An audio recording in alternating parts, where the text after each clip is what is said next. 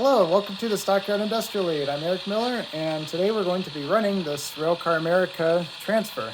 As you can see here, it's coming from the South Omaha yard, and it's actually going to be switching an industry today. So as I mentioned last week, I'm going to be taking a short break from showing you some of the operational things that I do on industrial spurs, and we're going to just do a little operating. So I'm just, again, winging it today without any sort of switch list or anything like that, and we're just going to be running this train. Now, usually the RailCar America C415 comes down to the yard here for this South Omaha terminal, and we'll leave cars in the yard. Today it's just got this this loaded bulkhead flat car, and it's kind of has an important delivery, so we're just going to go ahead and deliver it today, as you know, most short lines would do. Because we've got some flexibility to do stuff like that. So what we're going to do is we're going to drop this off at the customer, and then we've got a couple of empties to pick up, and then we're going to go ahead and take this cut of cars back to the South Omaha yard that you'll see on this track 3, which is labeled here. Track 3 has got a cut of cars that we're going to go ahead and take those back with us today after we're done switching. So we've already contacted the yard office. They gave us a go-ahead. No trains on the main line, so we can come through here. And I'm going to be doing this live, and so you'll get to see, for better or for worse, how everything works.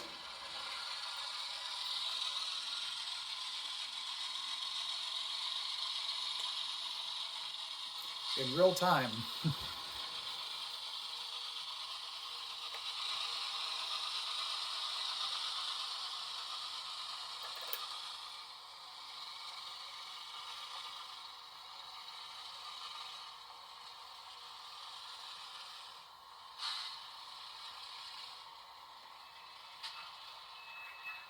All right, so the first thing we're going to do is our conductor is going to step off the locomotive and come up and switch the traffic signal.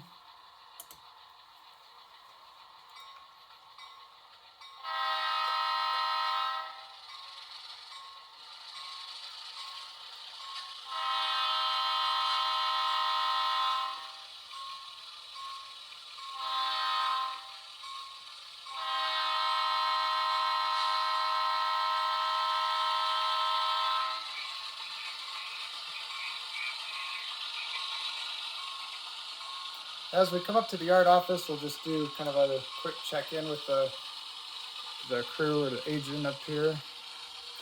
And you can see we've got our South Omaha Terminal CF7 sitting there on the ready track.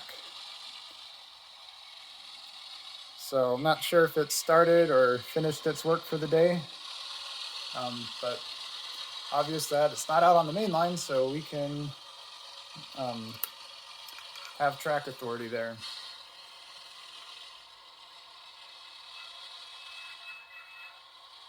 Okay, we'll do a quick check-in the yard office and double check what we confirmed on the radio, or confirm what we talked about on the radio earlier, that we're going to go ahead and switch this bulkhead flat car back there to the transload. All right.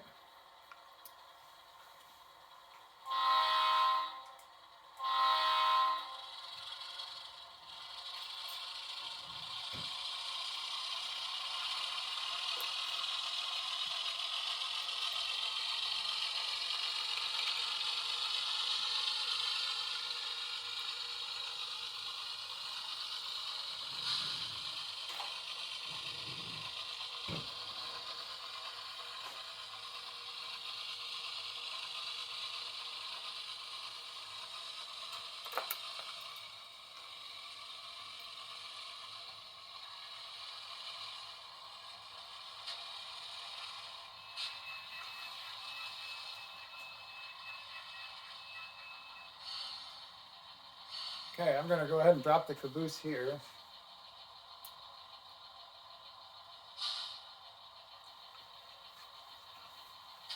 And as I explained last week, I'm going to go ahead and take our conductor keys that we have here and unlock that switch lock.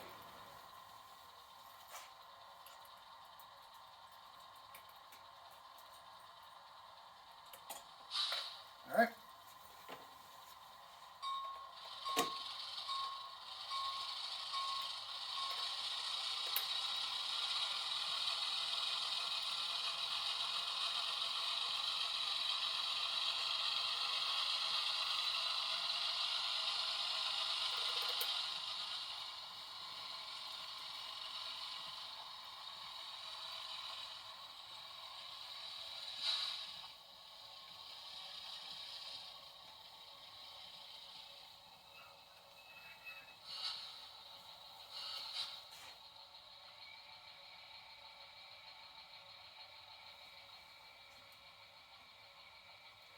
line ourselves up for the transload. And while we dropped the caboose off, the conductor went back to, or I should say, actually, the transload office is actually in the yard office, so we double checked with them, and we'll remove the blue flag so that we can go ahead and get the cars.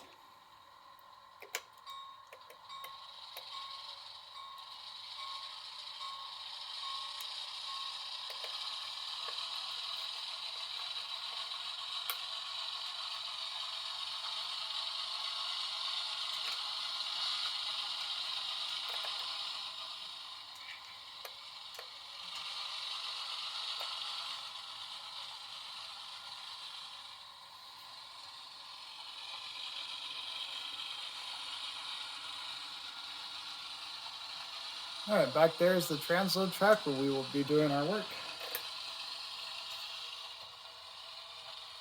And take the blue flag off.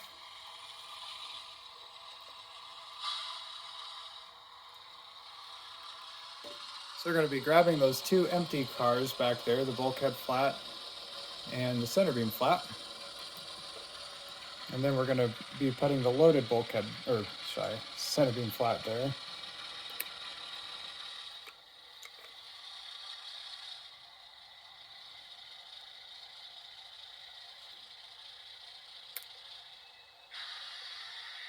Perfect. Where did our switch stick go?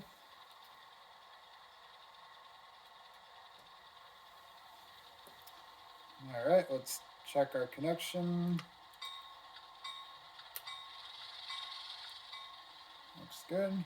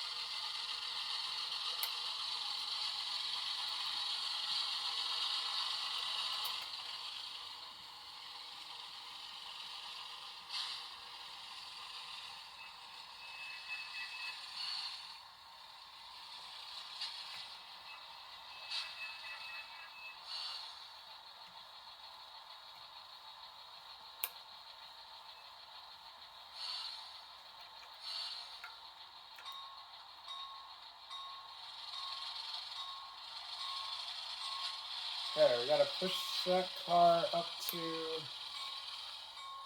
okay. Make sure that we're pushed up past this orange marker, which we are, plenty past it. And now, then break the connection.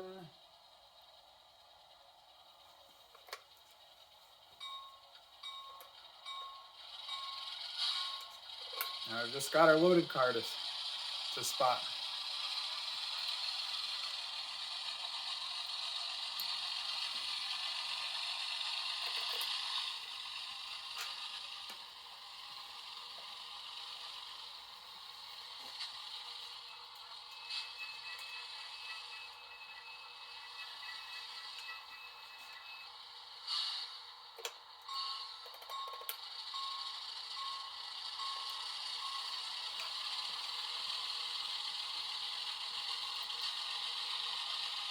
So this saves the normal crew a little bit of time since, we're already coming down here. We just have one car to bring with us today, so might as well we'll help out the other crew since RailCar America is part owner of the South Omaha terminal anyway, so these two companies work together. So we're just going to go ahead and help them out by saving them a little bit of work.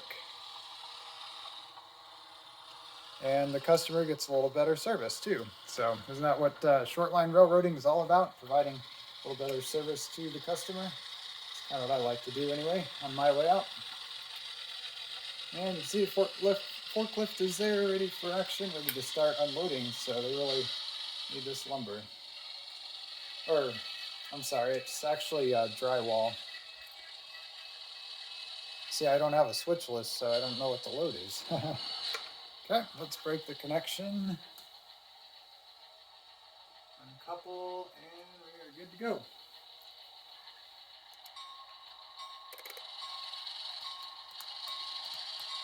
I'll let the customer know that we're done switching, obviously, so they can go ahead and put the blue flag back.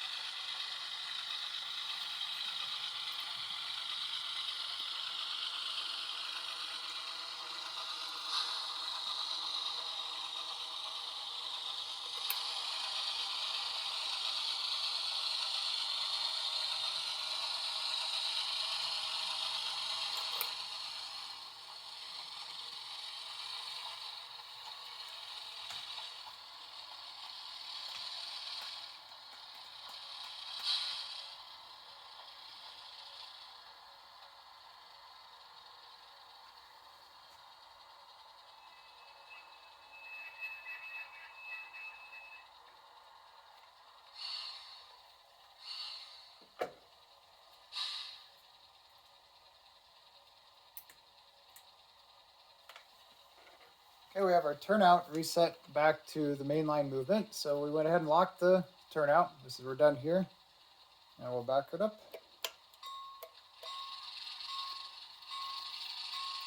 Now we're going to put these empty cars and build a train into the yard, which shouldn't take too much time. But the one trick is that we've got to obviously switch the caboose to the other side of the cars.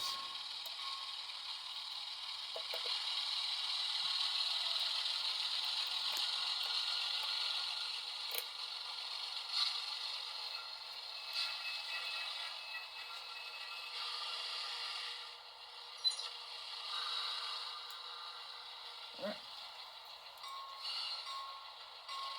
Give that a test. Make sure everybody is connected and we got air running all the way through. Okay.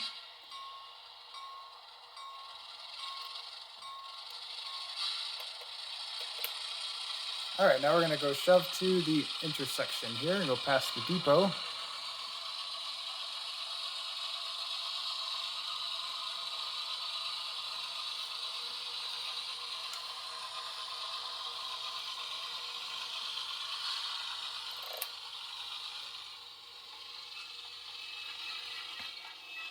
Okay, I was going a little too fast there, got carried away. Might have to use our emergency brake. Yeah. Sorry about that. Well, look at that. We forgot to actually switch the traffic signal back, so it's already ready for us. Okay.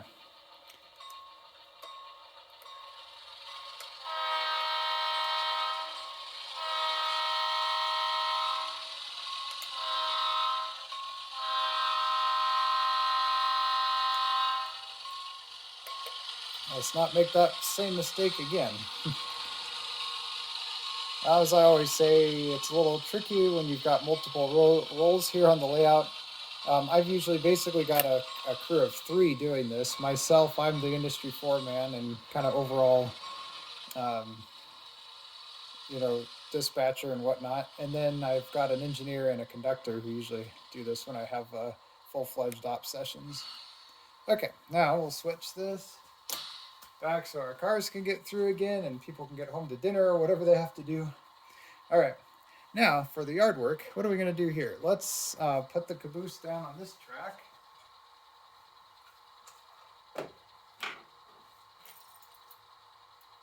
Need to unlock our turnouts again.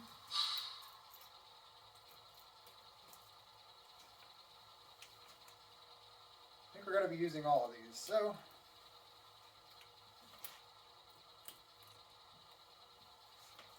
okay.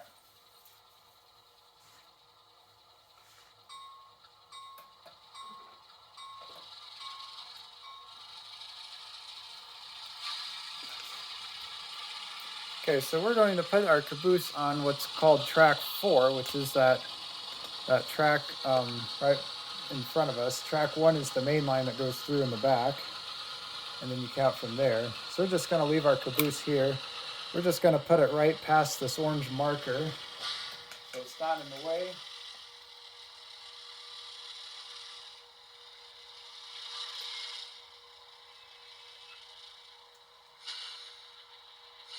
Perfect. And then we're going to put our 2 empty cars there on track 3 with the other cars we have to pick up.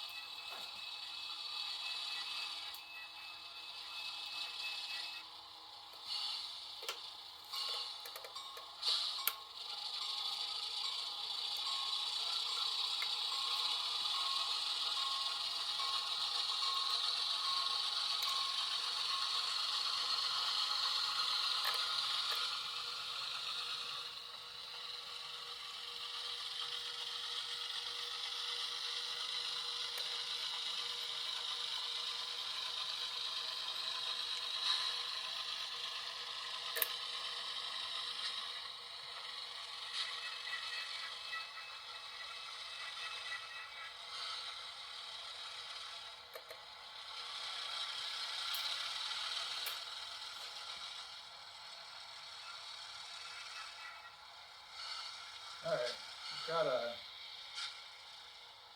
end of train device on these cars. See there, one of my end of train devices. That way. We won't need that with our caboose.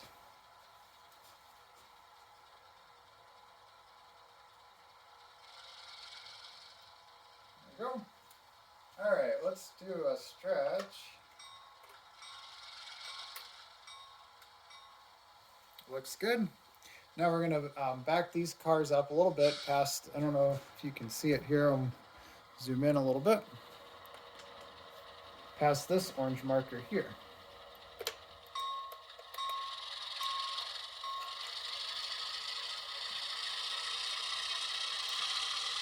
So that way we know we have room to get around them.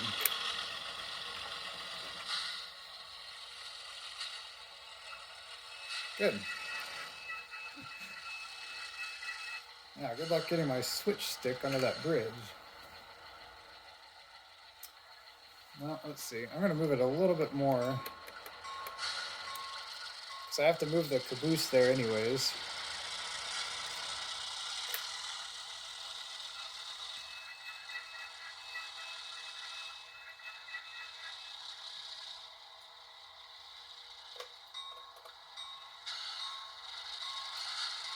There. Now there's room for my switch stick. Now I'll put the caboose from track 4 to track 3.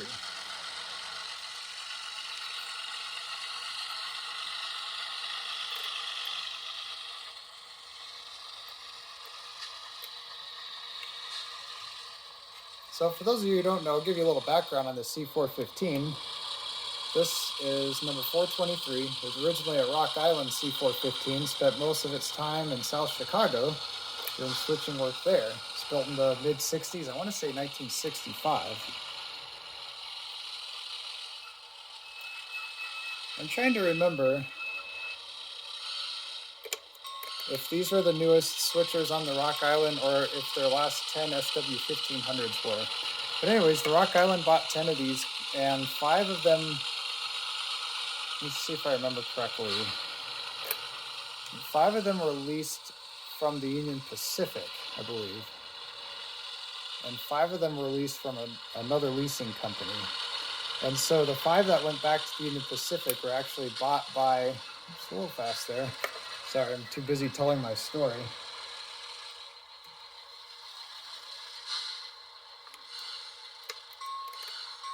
All right.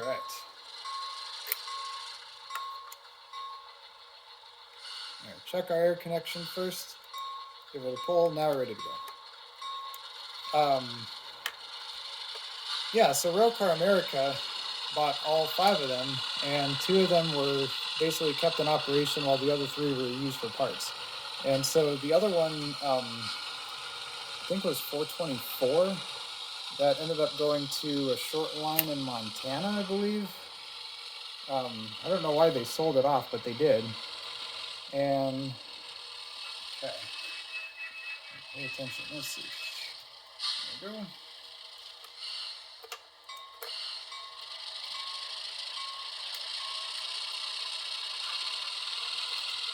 Anyways, this one actually, in real life, after it spent its time in South Omaha working for RailCar America, in the late 90s, it ended up going to the Buffalo Southern, I believe the railroad is called. And it's actually still in service. It's being preserved. It was recently featured in a Trains article last year. It's going to be preserved on the roster of some railroad in New York that owns a lot of Alcos. I don't remember the name off the top of my head, so I wasn't prepared for giving a little history lesson today. But anyways, that's just kind of what I recall. So anyways, just wanted to share a little tidbit with you there about these cabooses.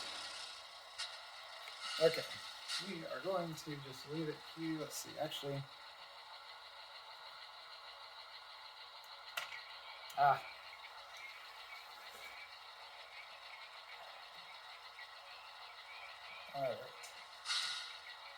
Okay, so our only derailment today was because of my fingers. Hopefully, we're not done yet, I guess. I was trying to do my trick.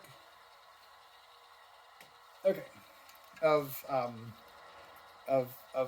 putting the coupler on the other side so they don't actually couple. So I can just push this back a little bit farther and then pull away.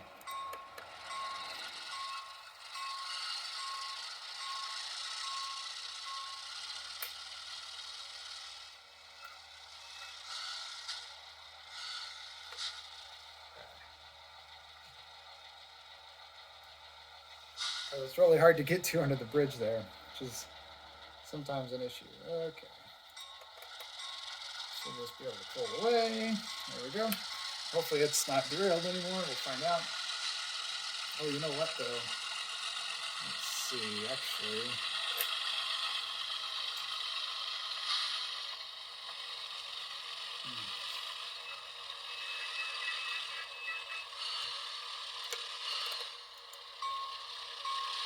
Hold on, I need to go back and pull that forward a little bit because I'm over the orange marker back there. Well, I guess it won't really matter if I'm on the track 1, but I'll just go ahead and pull this forward a little bit.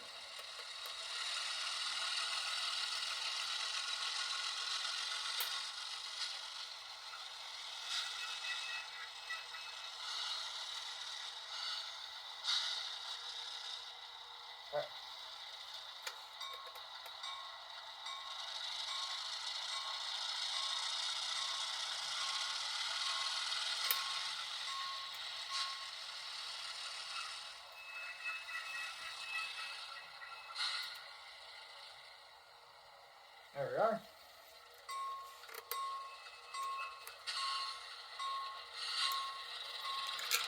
So now all we have to do is run around our train. We'll go back to track 3 and then we can head out.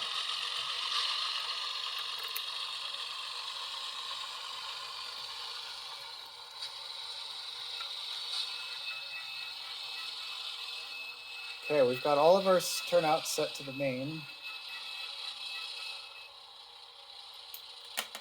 Go ahead and lock our switches so that everybody knows they are set to the main.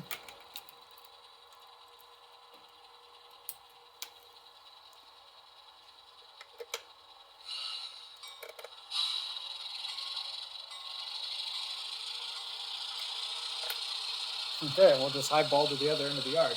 And then basically after this, there is not enough room for all these cars on my short little transfer track on the other end, which is fine. There doesn't need to be. The main thing that I like to do in times like this is to be able to actually, pull all the cars out of the yard, and then I basically will just put them away in my drawers that you see down here. That's where everything goes when they're in other parts of the world and not on the layout.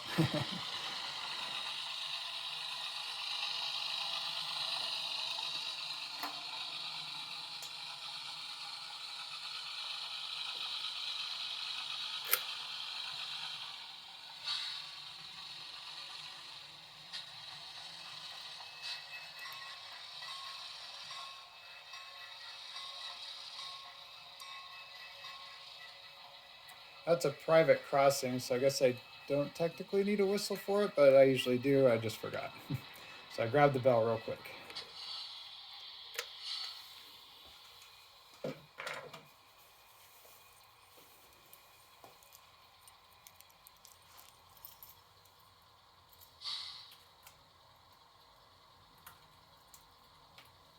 Throw that switch and that one.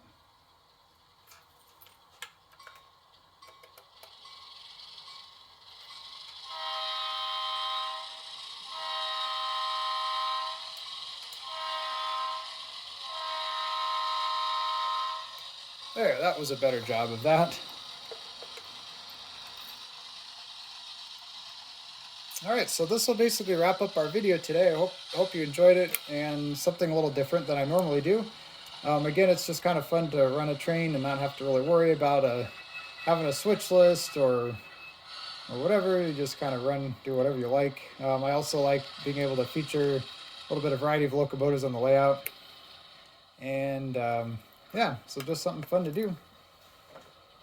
And so you get to see how it works with getting the cars delivered here to the South Omaha, or the Swift yard here from South Omaha with the RailCar America. And then, how it's sometimes this locomotive can end up serving some customers sometimes. It's, again, being a short line, we're pretty flexible here. So, all right, so what I'm going to do, basically, this train will run out, and then we'll the conductor will return the turnout here to the mainline position and then lock it.